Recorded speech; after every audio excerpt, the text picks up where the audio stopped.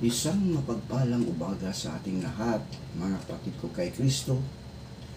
Mula sa The Solid Rock Morning Devotion, isang kagalakan na muli tayo ay makapagbulay-bulay sa salita ng Panginoong Hesus sa umaga ito. 10 minutong pagbubulay-bulay ng mga salita ng Panginoon upang papurihan at sambahin ang ating Panginoong Hesukristo. Ang ating pong pagbubulay-bulayan sa magandang umaga ng Martes ay matatagpuan sa Mateo Kapitulo 26, talatang 30, talakdaw po tayo 36 hanggang 46. Pagkaawit ng isang himno, sila ay umalis patungo sa bundok ng mga Olibo. Isinama ni Jesus ang kanyang mga alagad sa isang lugar na tinatawag na Getsemani. Sinabi niya sa kanila, "Dito muna kayo at mananalangin ako sa dako roon." Ngunit isinama niya sina Pedro at ang dalawang anak ni Zebedeo. Nagsimulang mabagabag at maghirap ang kanyang kalooban. Kaya sinabi niya sa kanila, "Ako'y puno ng hapis na halos ikamatay ko. Maghintay kayo rito at samahan ninyo ako sa pagpupuyat." Lumayo siya ng kaunti, nagpatira pa siya at nanalangin, "Ama ko, kung maaari po, ilayo ninyo sa akin ang kupang ito ng paghihirap. Ngunit hindi po ang kalooban ko, kundi ang kalooban ninyo ang mangyari." Nagbalik siya at dinatnan niyang natutulog ang 3 alagad. Sinabi niya kay Pedro, "Talaga bang hindi kayo makapagpuyat? Nakasama ko kahit 1 oras man lamang? Magbantay kayo at manalangin upang huwag kayong madaig sa ng tukso. Ang espiritu ay nakahanda, ngunit ang laman ay mahina." Muli siyang lumayo at nanalangin, "Ama ko, kung hindi mo po maaring maialis ang kupang ito, malibang inumin ko, mangyari nawa ang iyong kalooban." Muli siyang nagbalik at nakita na naman niyang natutulog sila, sapagkat sila'y antok na antok. Iniwan niyang muli ang 3 alagad at siya'y nanalangin, at yun din ang kanyang sinabi. Nagbalik na naman siya sa mga alagad at sinabi sa kanila, "Natutulog ba kayo at nagpapahinga? Dumating na ang oras na ang anak ng tao ay ipagkanulo sa mga makasalanan. Bumangon kayo at tayo na. Narito na ang magtataksil sa akin." Tayo po ay manalangin. Ama naming Diyos na mapagmahal, Ikaw ay napako sa krus dahil sa aming mga kasalanan. Salamat, Panginoon, sa walang katapusang pag-ibig na inialay mo sa amin. Aming itataas sa iyo ang aming mga kapatid sa pananampalataya na nangangailangan ng kagalingan dahil sa mga karamdaman. Naway abutin mo sila at ibalik mo ang kanilang mga lakas na nawala dahil sa karamdaman at pagalingin mo sila. Aming inilalapit ang mga kapatid namin naghahanap ng trabaho. Ikaw, Diyos, ay pagkalooban mo sila ng trabaho, lokal man o abroad. Amin ding inilalapit sa inyo ang aming mga kapatid na naghahanap buhay sa lansangan. Sila ingatan mo at proteksyonan. Amin ding inilalapit sa inyo ang aming mga kapatid na mga mangingisda na ay silang ingatan mo sa laot ng karagatan, maging ang aming mga kapatid na mga magsasaka. Patuloy mo po silang ingatan sa kanilang pagsaka upang sila ay, ang bawat tao ay magkaroon ng pagkain sa kanilang mga hapag. Salamat, Panginoon, sa mga kasagutan sa iyong aming mga panalangin. Sa pangalan ni Jesus na aming tagapagligtas. Amen. Tapos nang manalangin si Jesus kasama ng kanyang tapat na mga apostol.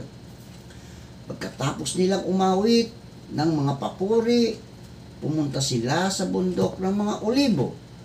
Huminto sila sa hardin ng Getsemani sa silangan na laging pinupuntahan ni Jesus.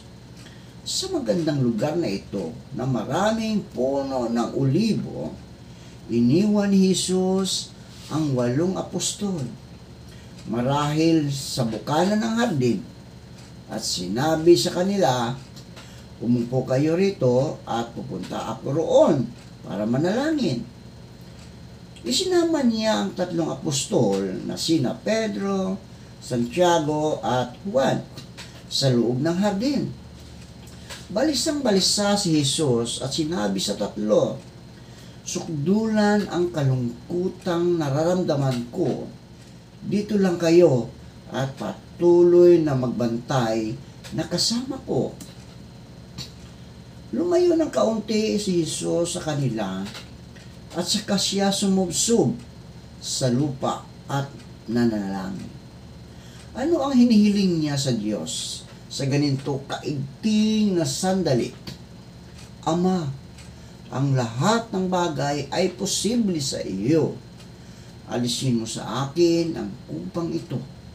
Pero mangyari nawa, hindi ang gusto ko, kundi ang gusto mo. Ano ang ibig niyang sabihin? Tinatalikuran ba niya ang kanyang papel bilang manunubos? Hindi.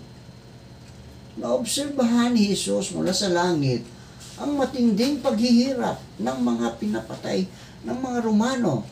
Ngayon, bilang taong may pakiramdam at nasasaktan, natural lang na hindi niya pabnabikan ang malapit nang mangyari sa kanya. Higit sa lahat, hirap na hirap siya sa kakaisip na baka makasira sa pangalan ng kanyang ama na mamatay siyang parang kriminal. Ilang oras na lang siya ay ipapako sa krus para bang isang mamumusong sa Diyos. Pagkatapos manalangin ng matagal, bumalik si Jesus at nadatnang tulog ang 3 apostol. Sinabi niya kay Pedro, hindi ba ninyo kayang magbantay na kasama ko kahit 1 oras man lang? Patuloy kayong magbantay at manalangin para hindi kayo mahulog sa tukso. Nakita ni Jesus na pagod at balisa na rin ang mga apostol at gabi na. Sinabi niya, totoo naman, gusto ng puso pero mahina ang laman. Pagkatapos, umalis si Jesus sa 2 pagkakataon at hiniling sa Diyos na alisin sa kanya ang kupang ito. Pagbalik niya, tulog na naman ang 3 apostol na dapat sana'y nanalangin para hindi sila matukso. Nang kausapin sila ni Jesus, hindi nila malaman kung ano ang isasagot sa kanya. Umalis si Jesus sa 2 pagkakataon at lumuhod para manalangin.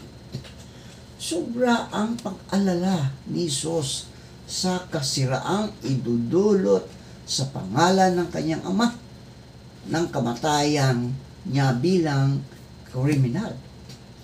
Pero pinakikinggan ng Diyos ang panalangin ng kanyang anak at nagsugo siya ng mga anghel para patibayin ang loob ni Jesus.